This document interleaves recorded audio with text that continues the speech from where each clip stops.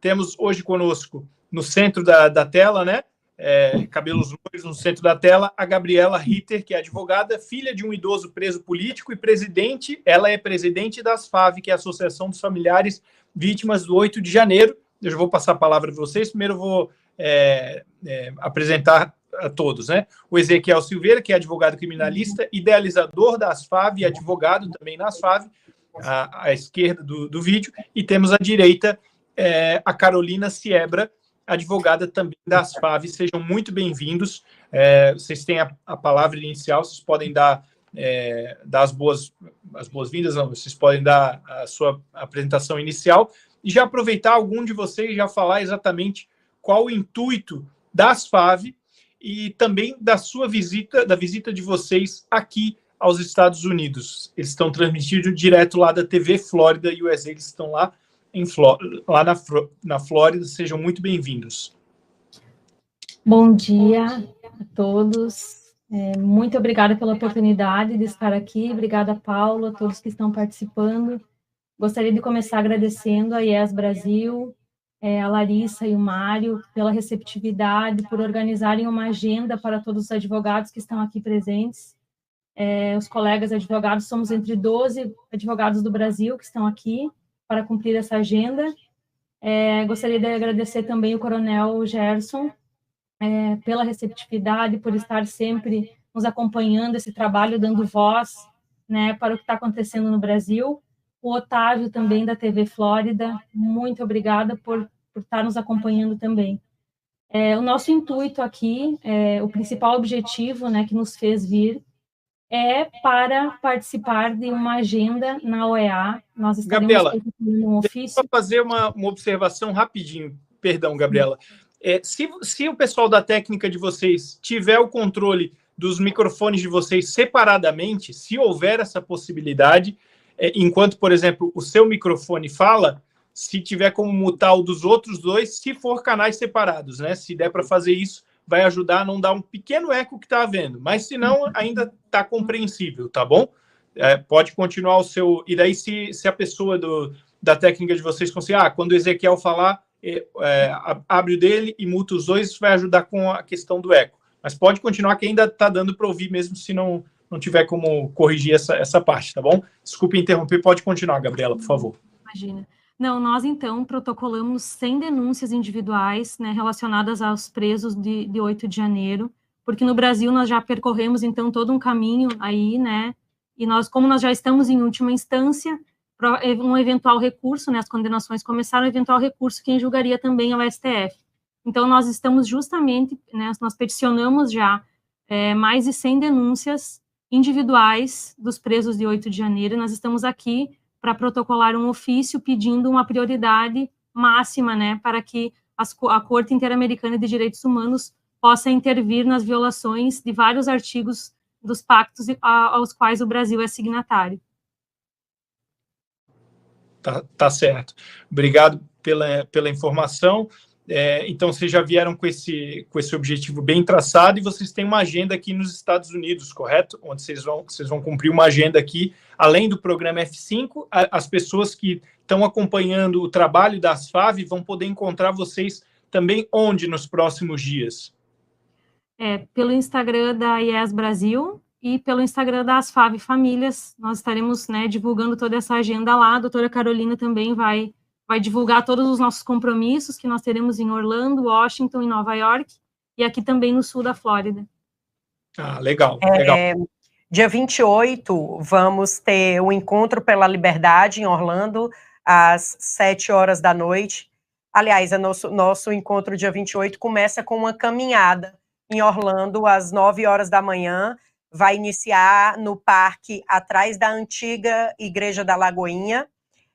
Às 7 horas da noite, vamos ter um Encontro pela Liberdade em Orlando, no GFC, Igreja da Graça, que o endereço é 9755 Delegates Drive. Vai ter a participação especial nesse evento do Coronel Gerson, do Monarque, do Alan dos Santos, Augusto Pacheco e do Jimmy Levy, que é um cantor gospel. No dia 30/10, às 7 horas da noite, vamos ter um Encontro pela Liberdade também, em Boca Raton, com participação especial do Coronel Gerson, do Rodrigo Constantino, do Paulo Figueiredo.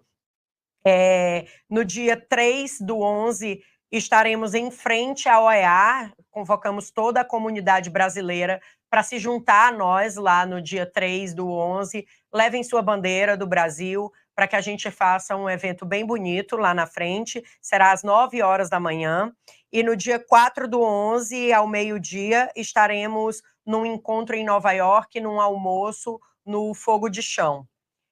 Quem quiser acompanhar mais das nossas agendas, acompanhe pelo Instagram da ASFAV, que é @ASFAVFamílias, e também no Instagram da IES Brasil, IES Brasil com Z, USI. Legal. Obrigado. E eu vou passar agora para os nossos comentaristas aqui, se algum de vocês tiver alguma pergunta direcionada aos advogados com relação aos processos, ao histórico, o que cada um viveu, eu vou deixar em aberto aqui para o Luiz, para o Diogo, para o Paulo, e vocês podem, desmutando o microfone, eu já vou saber que algum de vocês tem essa intenção de fazer alguma pergunta. Não sei se algum de vocês quer iniciar a fazer alguma pergunta. Paulo? Boa tarde, tudo bem? Boa tarde. Eu queria, em primeiro lugar, parabenizar vocês pelo trabalho que vocês estão fazendo, né? Um trabalho muito importante de buscar aí, mostrar o que está acontecendo no nosso país. E eu queria fazer uma pergunta, eu queria que vocês esclarecessem os principais pontos das denúncias que vocês estão fazendo, né? A gente sabe que tem a audiência de custódia que não foi respeitada, a individualização de conduta. Eu queria que vocês explicassem os principais pontos que vocês estão levando aí nessas ações que vocês estão fazendo nos Estados Unidos. Boa tarde, agradecemos o convite, né? E os pontos da nossa denúncia principal se baseiam num relatório que nós vemos escrevendo desde os primeiros dias. Esse relatório hoje já conta aí com quase 100 páginas de violações de direitos. E nós classificamos essas violações em 3 grupos: violações de direitos humanos, nulidades e irregularidades processuais e também violações de prerrogativas de advogados. E aí dentro desses grupos a gente encaixa as diversas circunstâncias que nós temos vivenciado desde então.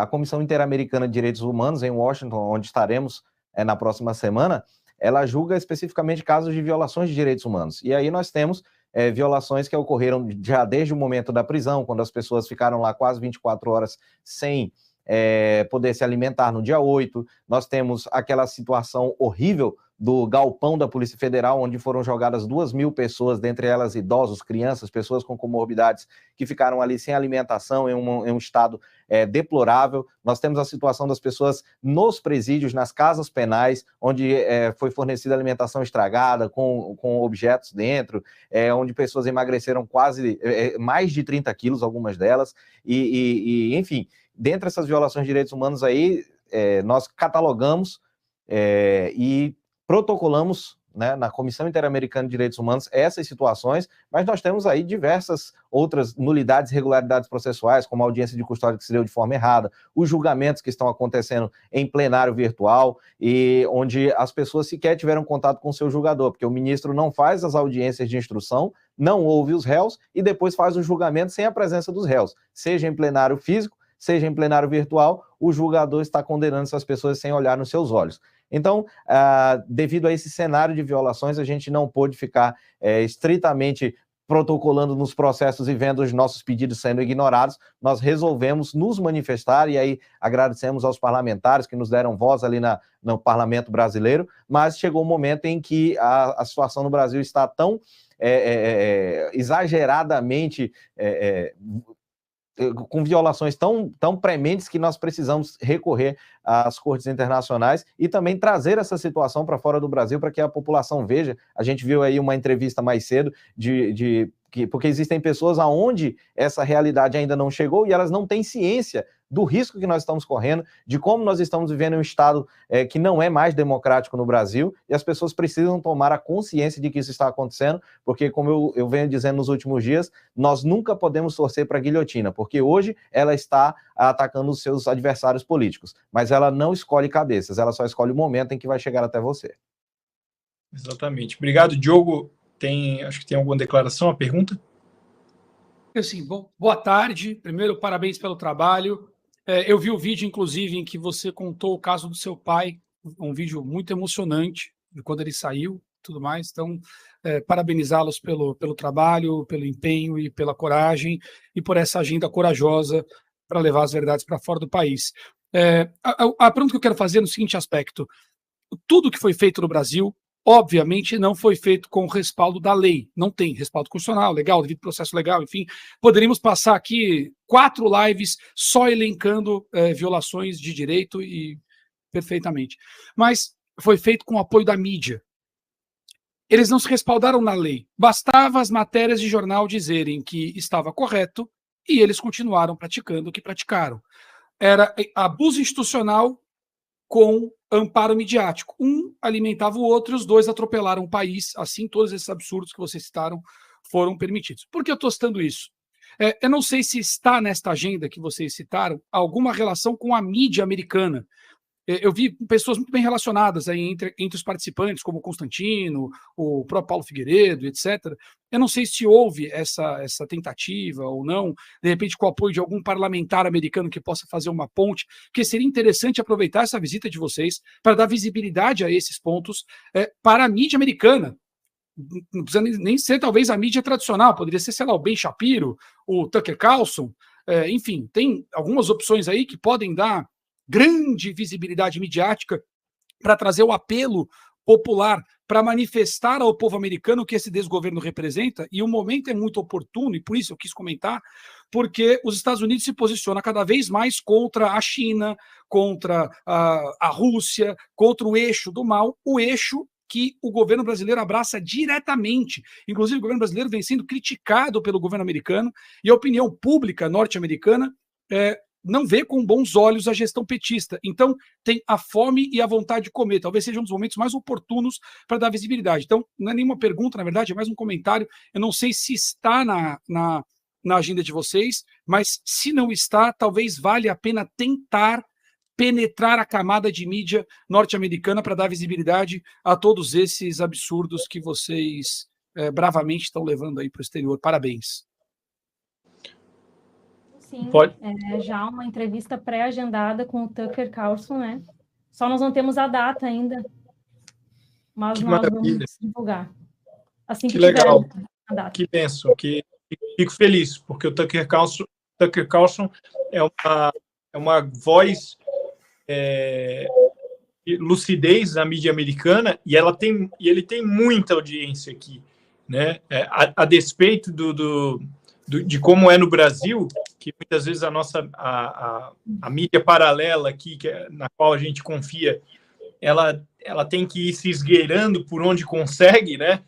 O Tucker Carlson é alguém que tem se não estou enganado, até alguém pode me corrigir, mas se eu não me engano, o Tucker Carlson ele tem uma audiência bem considerável aqui nos Estados Unidos. Ben Shapiro seria interessante também, pessoal do Daily Wire, né? Seria uma pergunta interessante. Não sei se... Oi, Luiz, tem alguma pergunta para ser feita? Sim. Eu primeiro queria também parabenizá-los, a vocês, o trabalho que vocês estão fazendo é fantástico. Eu acho que é isso que estava faltando, pessoas que criassem uma associação, um instituto, alguma coisa assim dedicada às vítimas do 8 de janeiro, né? E deixar bem claro que a vítima do 8 de janeiro foi o povo e não o Estado, né? Como o governo Lula quer fazer acreditar, né? A grande vítima do 8 de janeiro foi o povo que foi lá se manifestar, foi a democracia de verdade, né?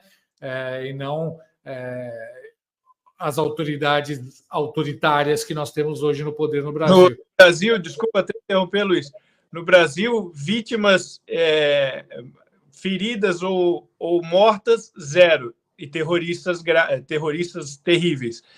Em Israel, assassinados, estupros, sequestros, combatentes armados, né? É nesse nível que a gente está falando, né? Pois é, que é a mesma lógica, só uma pontinha, que é a mesma lógica do assalto, né?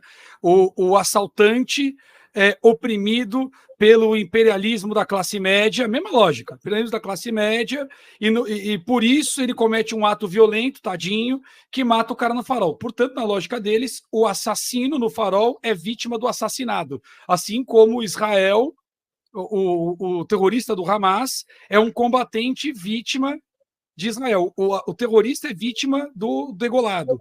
E assim, mesma lógica. Impressionante. A lógica deles é espetacular. E fazendo uma observação nesse sentido, Diogo, a gente vê também o pessoal chama aqui de vitimização assassina, que é culpar o bullying pelo assassinato e os tiroteios em massa, né? Também tem isso aí que aconteceu recentemente ali em São Paulo. Aconteceu em São Paulo, acho que aconteceu Desculpa, nos Estados Unidos também, se eu não me engano. Nos Estados Unidos também. No Brasil, eu acho que recente aqui nos Estados Unidos um episódio, vi alguma coisa, não sei se foi hoje, ontem.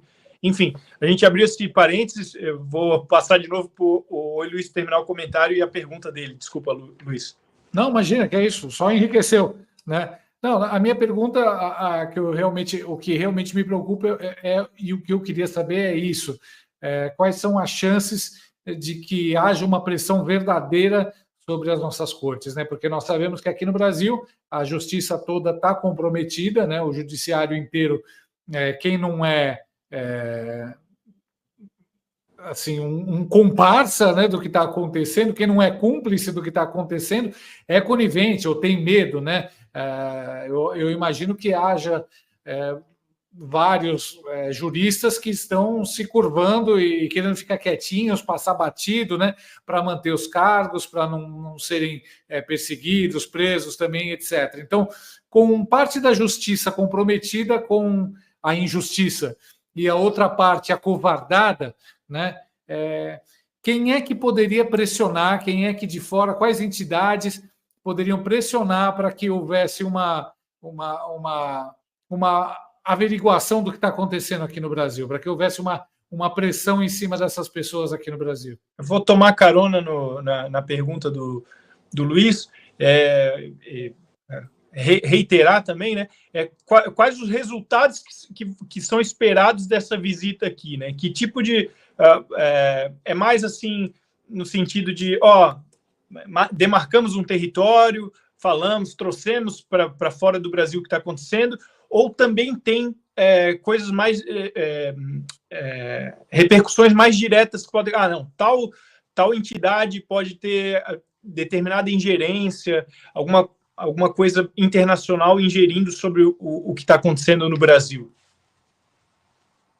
A Comissão Interamericana, a gente busca nela exatamente essas medidas cautelares, né? A gente busca que eles analisem os protocolos que foram feitos, mais de 100 protocolos de forma individual, contando a história de cada uma das pessoas, que eles analisem que essas medidas cautelares que foram impostas pelo Brasil, pelo judiciário brasileiro, que são medidas cautelares abusivas, pessoas que estão aí, que foram vender bandeiras por exemplo, né, um exemplo que eu trago, vender bandeira, o vendedor de algodão doce, que já está aí com 9 meses de tornozeleira, de uso de tornozeleira eletrônica, e trazendo para a corte, né, para a Comissão Interamericana de Direitos Humanos, que essa comissão interfira e peça que o governo brasileiro, o judiciário brasileiro, na realidade, analise de forma individualizada e que talvez a gente consiga também que retorne para o juiz competente, que seria o juiz de primeiro grau, porque chegando ao Supremo Tribunal Federal, como o próprio ministro diz, eles erram por último, né? E aí essas pessoas perdem o direito ao duplo grau de jurisdição, o que é muito grave para pessoas comuns da sociedade. E isso hoje atinge essa parcela da sociedade, mas amanhã pode atingir qualquer outra parcela da sociedade. E o Brasil, como signatário dos tratados interamericanos de direitos humanos, ele tem subordinação à Corte Interamericana de Direitos Humanos. Então, pode sim haver uma condenação do Estado brasileiro pela Corte que ordene que cessem essas violações. Nós temos aí, além das prisões, ainda hoje existem pessoas presas não apenas em Brasília, mas em todo o Brasil, da Operação Lesa Pátria, que são aí quase que uma centena de pessoas. Nós temos milhares em todo o Brasil com medidas cautelares que impossibilitam a pessoa, por exemplo, de trabalhar, pessoas que perderam, o pai não pôde comparecer ao casamento, pessoas que perderam o funeral da mãe porque não foi autorizado pelo ministro a tempo para que ela comparecesse a esse ato tão singelo da vida da pessoa, que é o sepultar a própria mãe. Então, assim, são violações terríveis e que a Corte Interamericana de Direitos Humanos, pode determinar ao Estado brasileiro que tome providências em relação a isso e que cesse essas violações. Mas, para além da medida jurídica, o outro propósito da nossa viagem é também expor o que está acontecendo, seja para que alguma instituição tome alguma providência, seja para que haja uma repercussão, uma pressão política, né, de organismos internacionais, que é uma coisa que nós não gostaríamos de estar lidando, né, porque o nosso trabalho é jurídico, mas infelizmente nós temos visto que esse julgamento tem sido um julgamento político, e a gente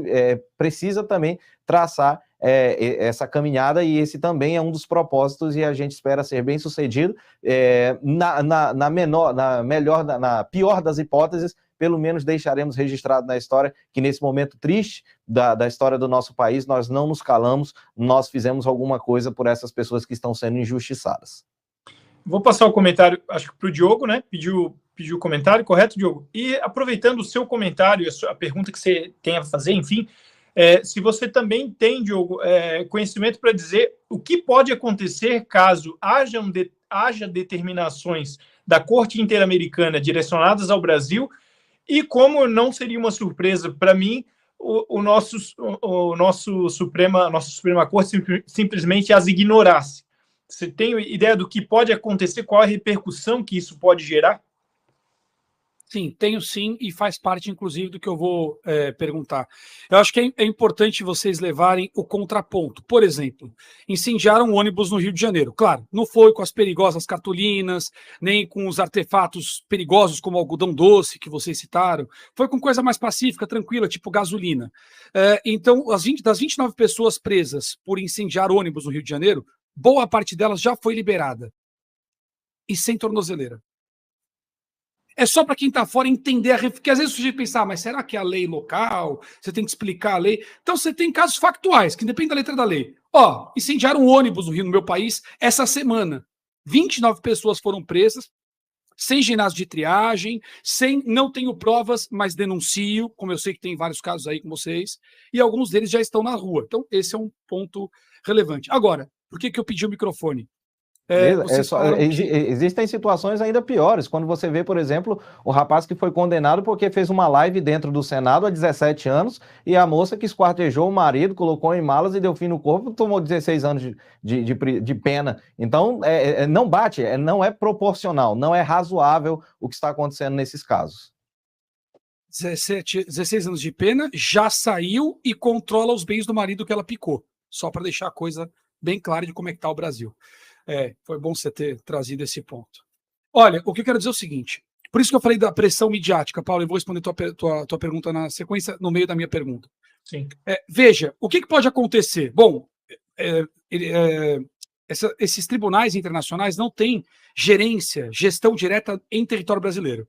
Então, um tribunal desse pode prender o ministro do Brasil? Não pode. Pode aplicar alguma sanção em território brasileiro? Não pode. Mas fora do Brasil, pode. Então, uma condenação em uma corte dessa pode ocasionar, por exemplo, que ele não consiga viajar para os países signatários, senão ele pode ser preso nesses países. Isso pode ocasionar que ele não tenha movimentações financeiras nos países signatários, porque ele pode sofrer restrições. Mas isso para a pessoa. Mas eu acho que o mais importante é para o país. Nós vimos recentemente congressistas americanos cogitando sanções ao Brasil pela sua posição aliada ao eixo do mal, parte do meu comentário anterior. Recentemente, essa posição foi intensificada e essa preocupação ganhou tamanho nos Estados Unidos. Uma condenação como essa em cortes internacionais pode fortalecer e muito o movimento para aplicar sanções ao Brasil.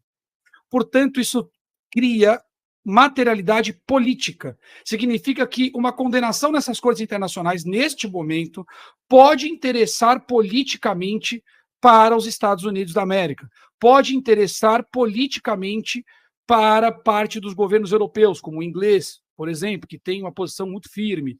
Então, o que eu quero dizer é o seguinte, um momento, politicamente falando, é muito benéfico, muito propício para uma condenação, porque ela pode servir de matéria-prima para a pressão geopolítica que o PT sofre em decorrência do seu posicionamento na política global. Agora, para isso acontecer, precisa envolver congressistas americanos. Para isso acontecer, precisa dar visibilidade midiática em território do Tio Sam. Se vocês conseguirem, nessa empreitada de vocês, pelo menos dar um start nesses dois fatores, envolvimento político de congressistas americanos e visibilidade, mesmo que seja só na direita, mas em massa, nos Estados Unidos, vocês vão criar um fato político internacional que pode servir de base para uma agenda geopolítica que já está em curso. E é isto que vai fazer funcionar.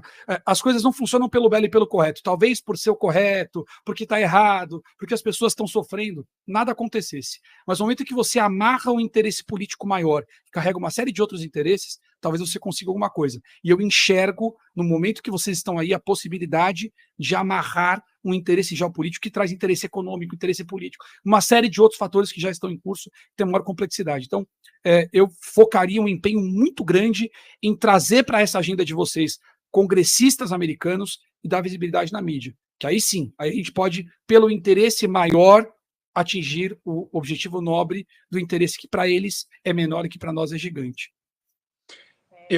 Só pontuar um negócio. Por isso que a gente pede que os brasileiros, né, compareçam aos nossos eventos para que a gente tenha uma força para formar também essas outras agendas que a gente precisa. Então, é importante o apoio da comunidade brasileira hoje, como o apoio que a IES Brasil tem dado a gente, para que a gente consiga atingir o maior número de pessoas, sabendo dos casos, para que as pessoas tenham conhecimento, para a gente conseguir esse apelo. É muito importante a participação. Ok. A gente está caminhando já para o final desse nosso bate-papo, e eu queria, como uma última pergunta, talvez aos três que vivenciaram isso, provavelmente foram advogados de pessoas, advogaram por algumas das vítimas, né, que foram acusadas sem o determinado processo legal, né. Eu quero fazer uma pergunta mais pessoal, no sentido assim, ó, o que o Ezequiel, a Gabriela e Carolina, né? Carolina. Isso, a Carolina, perdão. O que vocês pessoalmente pensam acerca disso, no sentido de vocês como advogados, vendo hoje o estado que a gente vive, o estado de exceção que vivemos no Brasil, vocês como advogados, espera aí, talvez seja um passo que vocês estão dando uma direção que não tem volta, né? No sentido assim, ó, eu estou me arriscando por toda uma classe que boa parte dela ignora a ordem dos advogados, que era para defender o mínimo de coerência do judiciário brasileiro, não está o fazendo, e nós estamos tomando a frente de algo que é importantíssimo, mas que pode ser decisivo para vocês, para a carreira de vocês pessoalmente. Eu falo porque eu não duvido de mais nada vindo da Justiça e da nossa Suprema Corte Brasileira. Eu não duvido que ações como essa possam ser encaradas pelos nossos reis deuses como, olha, isso é uma afronta à democracia, eles atacaram a democracia internacionalmente. Como é que vocês veem isso pessoalmente, profissionalmente relacionado a vocês mesmos? É uma última pergunta que eu queria fazer, até para entender, porque precisa de um determinado heroísmo para estar fazendo isso. As pessoas que estão dando a sua cara, vocês, né, no âmbito de vocês, comentaristas como esse que nós temos aqui, que já receberam sanções, censuras outras vezes, Monark, que está fora do país, né, outros jornalistas que vão receber vocês, que não podem mais voltar para o Brasil porque não tem ordem de prisão e não tem mais nem passaporte, como Rodrigo Constantino, Paulo Figueiredo. Então, cada um na sua esfera, é um passo que a gente dá para como assim, ó, a gente vai ter que entrar nessa guerra. Como é que vocês veem isso, a posterior volta de vocês para o Brasil, as consequências de tomarem essa decisão? Isso é realmente lamentável, né? A gente comentar quando se acredita ter uma democracia, né? Porque existem pessoas que acreditam nessa democracia. Mas nós, enquanto advogados, temos a prerrogativa de falar pelos nossos clientes dentro e fora dos tribunais. E isso traz uma segurança, apesar das leis não estarem sendo cumpridas na sua totalidade, mas faz com que motive a gente a sair dessa inércia. e a sair dessa inércia por conta de todas as ilegalidades que vêm acontecendo no país desde 2019, eu digo de 2019 porque eu venho acompanhando desde 2019, mas certamente já aconteceram outras anteriores a isso. Mas ela veio num tsunami, né? Ela veio aumentando e pegou muitas pessoas nesse janeiro. E seria estranho se eu, né, Carolina, e aí eu falo pessoalmente como a pergunta foi pessoal, se eu não estivesse do lado da justiça e da legalidade.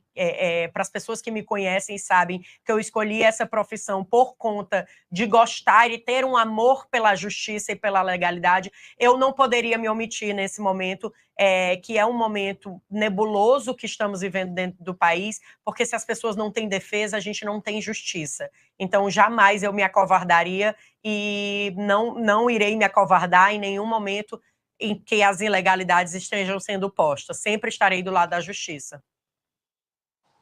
Não sei se vocês também querem falar, a Gabriela. Sim, eu, para mim, especificamente, com uma formação há 8 anos, mas nunca tinha advogado, então eu caí aqui justamente por questões pessoais, né? O meu próprio pai está envolvido, e aí, diante desse contato com tantas famílias, com tantas ilegalidades, né? A gente sempre peticionando no processo, sem ter um retorno jurídico disso, mostrando que tinham pessoas doentes, mostrando as comorbidades. No caso específico do meu pai, tinham mais de 10 petições alegando as comorbidades, a idade e tudo mais. No processo, nós não tínhamos voz, então nós começamos também com essa luta política, né? E aí, criando as FAV, né? Indo para o Congresso. Então, assim, é muito difícil para mim, que estou começando agora a advogar, apesar de já ter a formação anterior, mas eu vendo esse companheirismo dos colegas que estão muito, assim, aguerridos a essa causa, porque nós estamos praticamente, nós analisamos hoje que essas pessoas só têm a nós, advogados, porque o Conselho Federal da Ordem dos Advogados do Brasil, em muitos casos, não tem, né, nos ajudado. Agora, recém que eles estão percebendo, através da prisão da doutora Marina Alva, que é uma advogada do dia 8 de janeiro e foi presa, ficou, acho que quase uns 30 dias, né, presa, recém agora que a ficha está caindo, né, em razão das ilegalidades que vem acontecendo. Então, assim, eu só tenho orgulho de poder estar aqui hoje com esses 12 colegas advogados aguerridos. Com muita coragem, nós estamos aqui dentro da legalidade para trazer todas as violações. Tudo que nós falarmos, nós estamos respaldados por provas, né? Então, nossas ações, elas são contundentes. Estamos aqui nesse grupo de 13 advogados, né? 12 mais um, que já estava aí, né? Não, são 12, somos 12 advogados, e estamos representando aí centenas, né? Que estão aí defendendo seus clientes, o direito dos seus clientes. E se tem alguém aqui que tem um ato heróico, seria a Gabriela, né?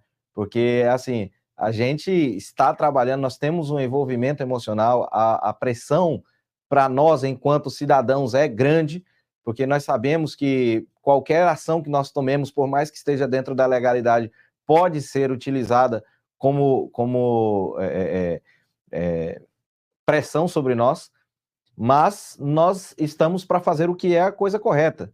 Então, nós fizemos essa análise de risco quando decidimos entrar nessa situação, conversamos com a Gabriela. Gabriela, você tem um plus nessa situação, que é o fato de o seu pai estar envolvido, mas ela se dispôs a ser a voz dessas vítimas, a voz desses familiares, e nós estamos aqui para dar todo o suporte e vamos até o final. A gente precisa parar de achar que, porque o meu bom salário, o meu conforto, a minha vida é o fim de tudo, e não é. Nós temos que colocar dentro de nós valores que estão acima de um mero conforto, de um mero bom salário. Nós precisamos colocar a nossa honra, o nosso patriotismo, o correto a se fazer, acima de tudo. A gente precisa entender que nós vamos passar, e o que nós vamos deixar de legado para os nossos filhos, para a história da nossa nação, que eu me acovardei em um momento quando mais precisaram de mim, quando inocentes precisaram de mim, ou deixei registrado que um dia nós fizemos alguma coisa por essas pessoas e também pelos nossos filhos, pelas futuras gerações. Então, a gente só tem a agradecer a Deus por nos dar forças nesse momento e ao companheirismo dos colegas, tantos que vieram quanto aqueles que não puderam vir, que ficaram lá segurando nas trincheiras juntamente conosco. Perfeito, Ezequiel. Diogo? Esse assunto me é muito caro. O STF não erra, por último, nos casos que vocês defendem. Ele erra absolutamente sozinho. Esse é o maior problema. As pessoas têm que entender o seguinte, e só por isso eu pedi a palavra, Paulo. Vocês não estão defendendo apenas as pessoas, essas pessoas do dia 8. Vocês estão defendendo o devido processo legal. Vocês estão defendendo a Constituição.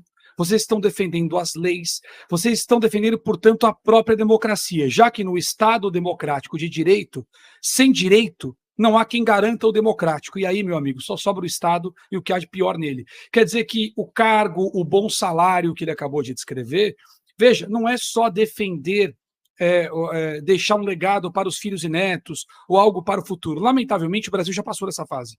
O que vocês, no espaço que vocês têm como fazer, estão defendendo é inclusive o salário do acomodado, o trabalho dele, por um motivo muito simples. No segundo em que a lei deixa de ser o parâmetro operacional da justiça, ela passa a operar pelos amigos. Quem ganha a causa? Quem tem mais amigos. Quem perde a causa? Quem tem menos amigos. Não é mais a lei. Então, até o sujeito acomodado, que vocês citaram, não vai ter mais o bom salário, o bom processo, a boa empresa. Porque do outro lado tem alguém que quer para nós um bom fuzil, uma boa bala e uma boa cova, Mauriase. Então, vocês não estão defendendo um legado para o futuro. Vocês estão defendendo a preservação basilar do que é imprescindível para o presente. E quem não entendeu isso ainda está fora da realidade. Talvez a OAB comece a compreender o tamanho do problema que eles permitiram que chegasse no ponto que chegou. E com relação ao risco de vocês, parabéns pela coragem. Eu queria deixar uma palavra de reforço, de apoio, no seguinte aspecto, do ponto de vista analítico. Por enquanto, vocês não trouxeram nenhum impacto sólido para a Suprema Corte. Portanto, o custo-benefício de perseguir vocês é muito alto. Perseguir um grupo de advogados que defende um grupo de pessoas, o benefício é pequeno e o risco, por enquanto, é muito alto. Então, enquanto vocês não gerarem nada de concreto, eles não vão, que impacte, eles não vão perseguir vocês diretamente. Por outro lado, se vocês conseguirem um impacto concreto aí fora, como vocês estão fazendo agora, esse impacto também os protege, porque vocês estarão nos holofotes internacionais e aí o custo-benefício de persegui-los se torna ainda maior. Tanto eu acho que vocês estão com duas possibilidades relativamente confortáveis de operação, apesar do estado distópico que nós estamos vivendo, só para deixar vocês, se é que eu consigo de alguma forma tranquilizar, né? Mas parabenizar mais uma vez pela coragem e pelo empenho e lembrar as pessoas que não é boa sorte para vocês aí que defendem as pessoas, não, boa sorte para todos nós. O que vocês estão fazendo não é só por essas pessoas, é pela lei, pela Constituição e pelo resto do país. Mais uma vez, parabéns. Obrigado, Diogo. Vou passar, antes de passar a palavra final para vocês se despedirem, vou passar para o Luiz e para o Paulo para eles darem uma última palavra também, se despedindo aí dos entrevistados de hoje. Luiz? Bom, queria mais uma vez parabenizar vocês, agradecer por tudo que vocês estão fazendo. Como o Diogo falou perfeitamente, vocês estão defendendo muito mais do que as pessoas presas no 8 de janeiro. Vocês estão defendendo a própria Constituição brasileira, o próprio Estado de Direito democrático, né? O próprio Estado democrático de direito. E isso aí não tem preço. Eu espero que vocês sejam muito bem-sucedidos. Eu acho que vocês devem, sim, recorrer à grande mídia americana, recorrer aos parlamentares conservadores americanos, porque lá, para eles, a liberdade de expressão, a liberdade do indivíduo é muito cara. Eles podem colocar a boca no mundo assim de um jeito muito mais forte, né? E, como o próprio Diogo também lembrou, as sanções que podem ocorrer com o pessoal, né, com os togados, essa coisa de impedir, né, que eles viajem para esses países que fazem parte do acordo, vai ser terrível para eles, porque imagina como é que eles vão poder, né, tomar a champanhe deles, né, em Lisboa, fazer como é que se diz, as palestras que eles adoram dar em Nova York, né? Isso para eles é a morte, né? Então, eu acho que há uma chance de dar certo, principalmente se vocês se juntarem a essas vozes fortes americanas, Deus abençoe vocês e que dê tudo certo. Obrigado, Luiz. Paulo. Eu queria parabenizar mais uma vez, agradecer pelo trabalho de vocês. Eu queria citar aqui um versículo da Bíblia que eu achei bem pertinente ao trabalho que vocês estão fazendo. É Provérbios 31, 8-9. Ele diz: erga a voz em favor dos que não podem defender-se, seja o defensor de todos os desamparados, erga a voz, julgue com justiça, defenda os direitos dos pobres, dos necessitados, que é o trabalho que vocês estão fazendo. Vocês provavelmente vão ser muito abençoados por Deus pelo trabalho que vocês estão fazendo. Também deixar aqui falar para vocês que a OAB do Rio Grande do Sul, ela está defendendo e está denunciando o que está acontecendo nessas ilegalidades com os advogados. Eles estão veiculando até na rádio, na grande imprensa, eles estão pagando o horário nas rádios aqui. Eu escutei ontem denunciando essas irregularidades na atividade dos advogados, principalmente essa do plenário virtual, sobre o que está acontecendo no 18 do fato do 8 de janeiro, né? E nós temos também esse contexto geopolítico que o Diogo falou, né? Tem um senador que já critica o governo brasileiro, que é o Ted Cruz, né? Vocês poderiam se aproximar dele. Também tem o canal do Turning Point USA, também é um canal muito bom. E desejar para vocês uma boa sorte, que contem com a gente, né? Continuem esse trabalho e agradecer mais uma vez pelo trabalho que vocês têm feito.